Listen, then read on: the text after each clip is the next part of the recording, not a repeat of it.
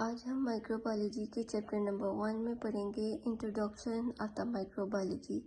सबसे पहले हम पढ़ेंगे कि माइक्रोबायोलॉजी किससे मिलकर बना है।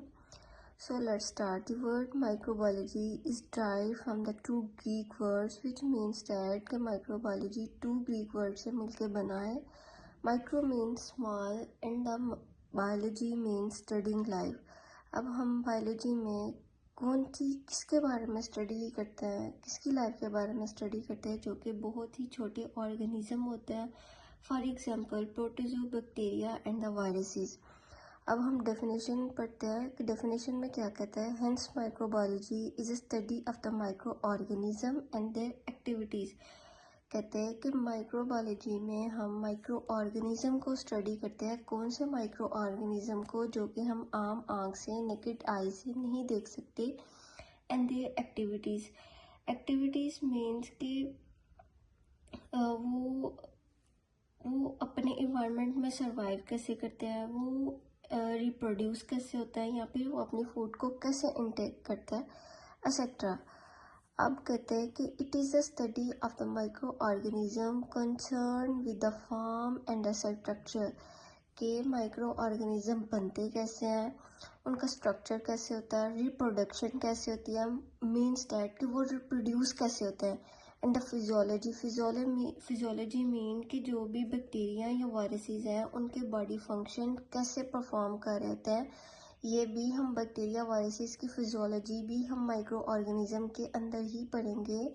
नेक्स्ट हमें क्या कहता है कि हम क्या पढ़ेंगे इसके अंदर, मेटाबॉलिज्म मीन्स कि वो जो भी फूड को इनटेक कर रहे हैं वो उनकी बॉडी कैसे डाइजेस्ट कर रही है, उनकी बॉडी कैसे वो मेटाबोलाइज कर रही है, वो भी हम इसी में पढ़ेंगे। And the most important identification of the microbes which means that कि जितने भी बैक्टीरिया वायरसेस होते हैं हम उनको एक दूसरे से कैसे आइडेंटिफाई करते हैं, वो भी हम माइक्रो ऑर्गेनिज्म के अंदर ही पढ़ेंगे।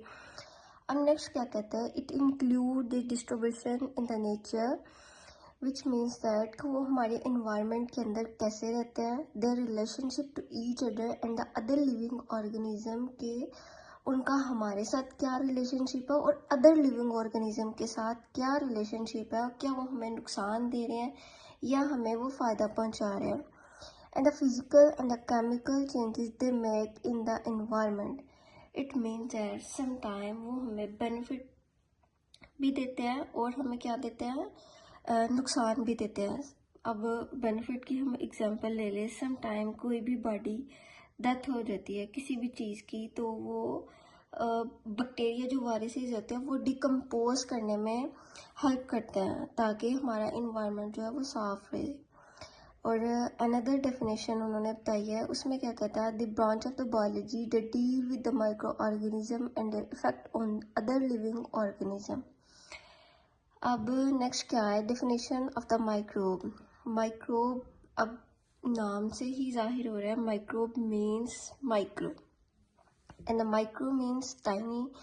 अब डेफिनेशन हम पढ़ते हैं कि इसमें वो क्या कहता है, microbe is the term for such a tiny creature that individually too small to be seen with the unaided naked आई।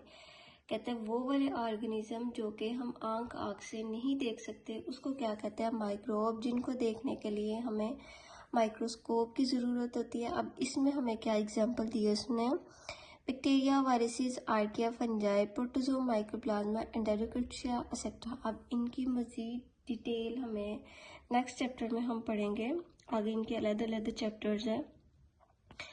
अब क्या कहता है कि थर्मो एसिडोफाइल क्या होता है। अब इसके नाम से ही हम इसको डिफाइन करेंगे।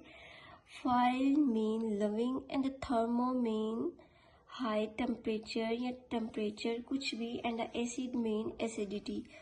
वो वाले ऑर्गेनिज्म जो कि हाई टेम्परेचर पे एग्जिस्ट करते हो, इवन के वो 100 डिग्री सेल्सियस पे भी एग्जिस्ट कर रहे हैं, उसको हम क्या कहते हैं, थर्मो एसिडोफाइल।